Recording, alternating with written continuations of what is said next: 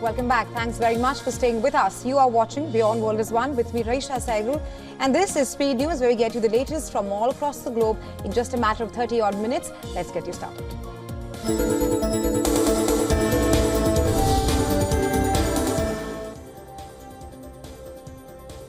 At least 53 people have died in an earthquake of magnitude 7.1 which jolted Tibet.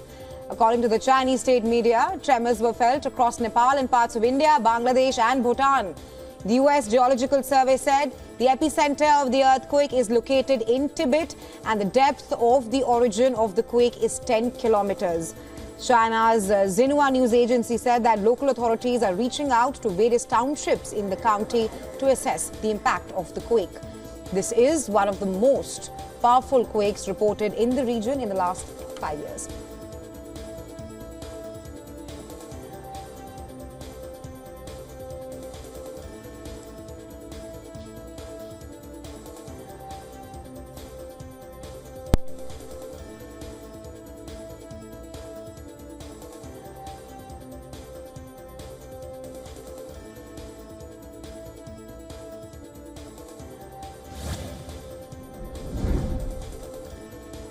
Brazil has welcomed Indonesia as a full-time member of the Brics bloc. Brazil, which holds the rotating presidency of the grouping in 2025, has said Indonesia's bid to join the bloc has been approved during a summit in 2023 in Johannesburg. Brics was created in 2009 by founding members Brazil, Russia, India and China. South Africa joined the group in 2010. The bloc was expanded again last year with Iran, Egypt, Ethiopia and the UAE becoming full members. In a statement, Jakarta has said that Indonesia sees its Brics membership as a strategic step to improve the collaborations and cooperation with other countries.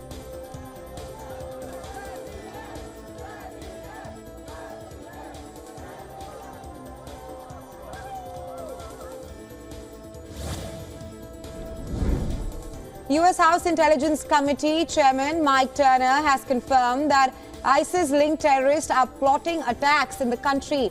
The statement came as Turner, along with US representatives for Connecticut, Jim Himes, spoke on ABC News on the New Year's Eve attack in New Orleans. 15 people were killed, over 35 injured as a driver, a suspected terrorist, rammed a pickup truck into a crowd on Bourbon Street.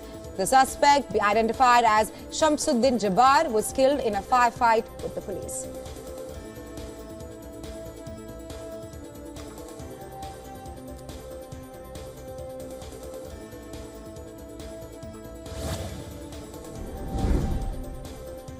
French President Emmanuel Macron is the latest to join the Musk versus Europe debate. Macron has accused Elon Musk of directly intervening into Europe's democratic processes. He said that the world's richest man was directly intervening in elections, including in Germany, where Chancellor Olaf Scholz has condemned Musk for backing an extreme right party.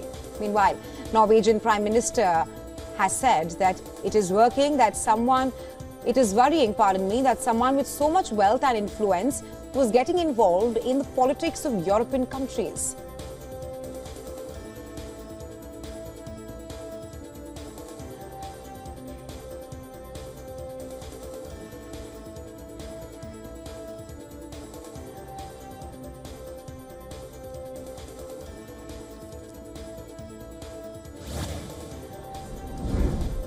The Danish king has changed the royal coat of arms. It now features Greenland and the Faroe Islands more prominently.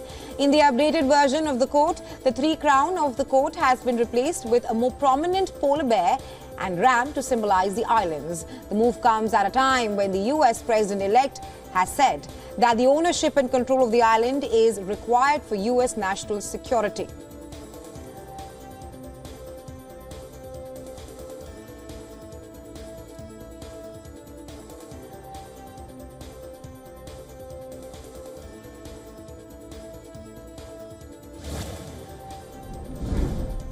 The U.S. Congress has certified U.S. President-elect Donald Trump's election victory in a joint session of Senate and House of Representatives.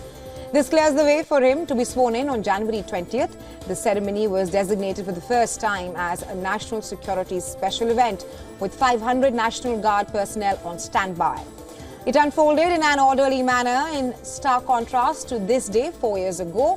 One by one, a tally of the electoral votes from each state was read aloud to polite applause in the House. No one objected and the results were certified. Kamala Harris, who Trump defeated in the 2024 election, oversaw the certification as part of her vice presidential duties.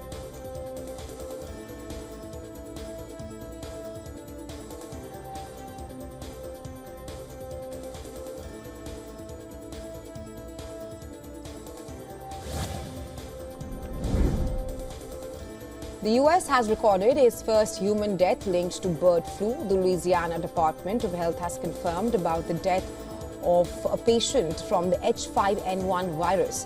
According to the Center of Disease Control, the patient had been in hospital since mid-December with underlying medical conditions. It claimed that the genetic sequence of the virus in the patient is different from the genetic sequence of the virus from dairy cows in the rest of the country. The CDC stated that the virus could have mutated inside the body to adapt to the human immune response.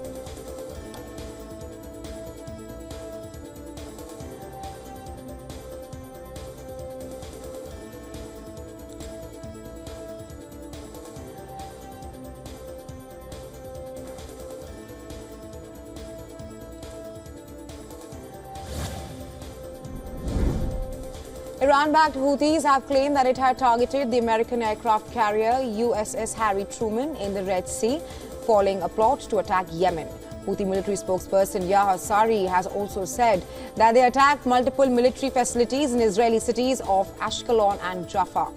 Meanwhile, the IDF chief, during his visit to the bus shooting site in occupied West Bank, has vowed to find the perpetrators. The attack occurred at the Palestinian village of Al-Funduq. Israeli military and emergency services said that the gunmen opened fire on a bus and other vehicles, killing 3 Israelis and wounding 8 others.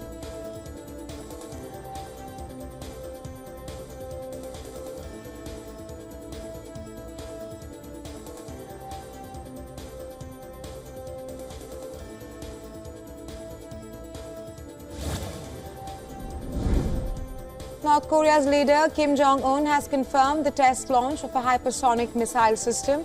Kim claimed that the missile will contain any rivals in the Pacific region that can affect the security of North Korea.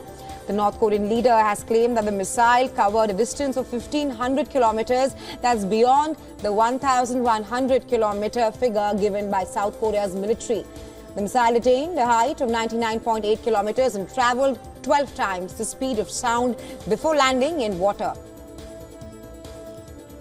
The test fire came at a time when the U.S. Secretary of State Antony Blinken is on a South Korea visit. The U.S. Secretary of State and his South Korean counterpart condemned the launch at a joint press conference and emphasized the importance of a three-way alliance with Japan.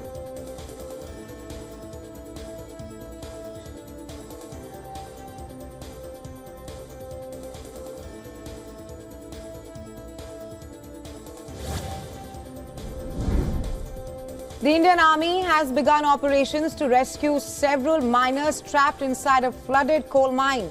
The mine is located in a remote area in the northeastern state of Assam, although the exact number of people trapped is not officially disclosed. Sources say that at least 15 workers are inside the mine in the hilly Dima Hasao district. There is no clarity on how much water seeped into the mine as of now. Sources said a few workers who managed to come out of the mine informed the mine owner and the local police about the mishap. The mine site is accessible only through a jungle. The spot is about 30 kilometers from the nearest police station at Umrangso and takes about 7 hours to reach from district headquarters.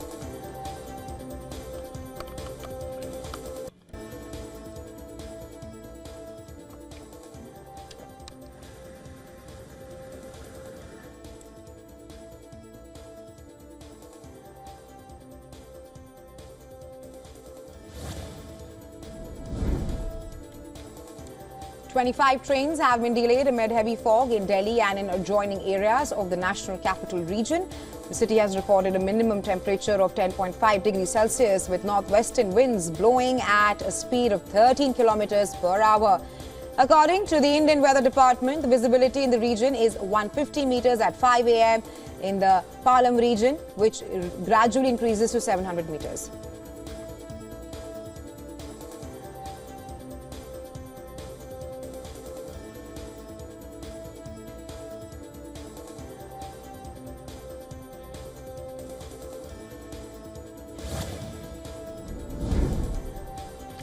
Amazon is planning to offer satellite broadband service in the UK in the next 2 years. Part of Amazon's satellite division called Project Kuiper. Amazon CEO Jeff Bezos revealed the company is planning to begin deploying its satellite constellation in the first quarter of 2025.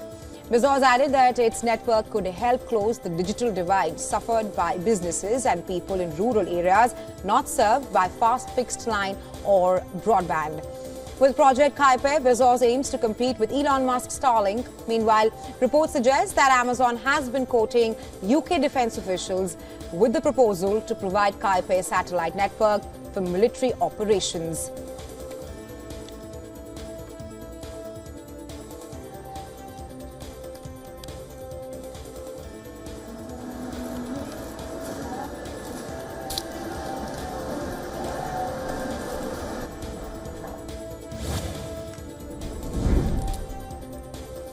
A team of US-based researchers have made an artificial intelligence system that can help doctors identify patients at a risk of suicide. It's called Vanderbilt Suicide Attempt and Ideation Likelihood Model, or VSAIL. The system analyzes patients' routine data collected from electronic health records to predict any suicide risk over the next 30 days. Tested in 3 neurology clinics, the system processed over 7,000 patients' visits and prompted 596 alerts for healthcare providers. The report suggests AI-driven clinical alerts could majorly improve suicide prevention efforts in everyday medical settings.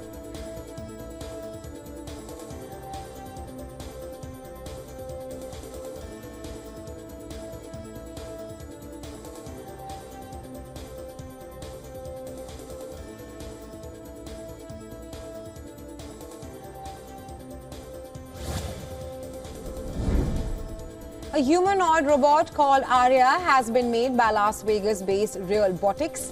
The robot uses AI technology to answer questions. What makes Arya unique is her realistic-looking silicone skin. The company behind Arya says it used ChatGPT-4 and other open-source large language models to create the humanoid robot. The company believes humanoid robots such as Arya will help combat loneliness in the future.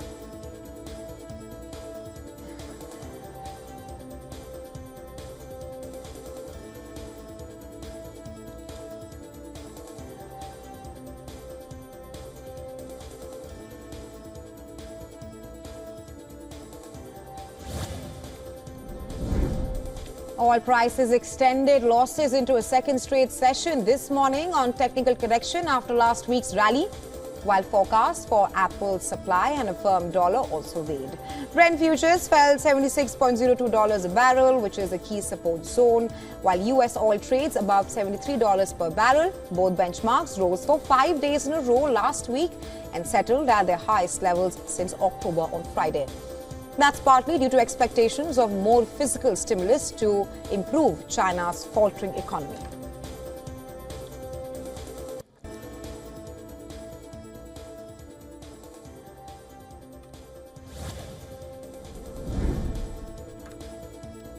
The US dollar hovered near a one-week low versus major peers as traders considered whether Trump's tariffs would be less aggressive than promised. On Monday, the greenback slid against the likes of the euro and sterling, following a report in the Washington Post that Trump's aides were exploring plans that would apply tariffs only on sectors seen as critical to US national or economic security.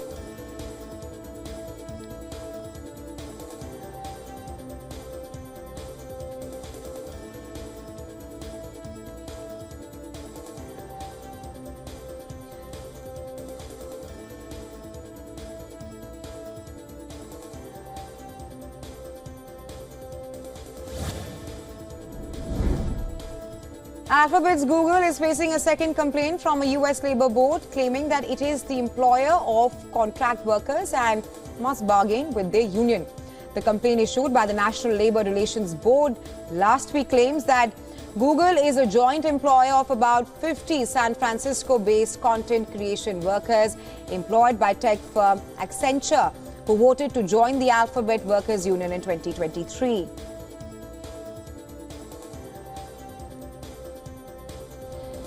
Hi, may I ask what you're doing? Filming the logo here.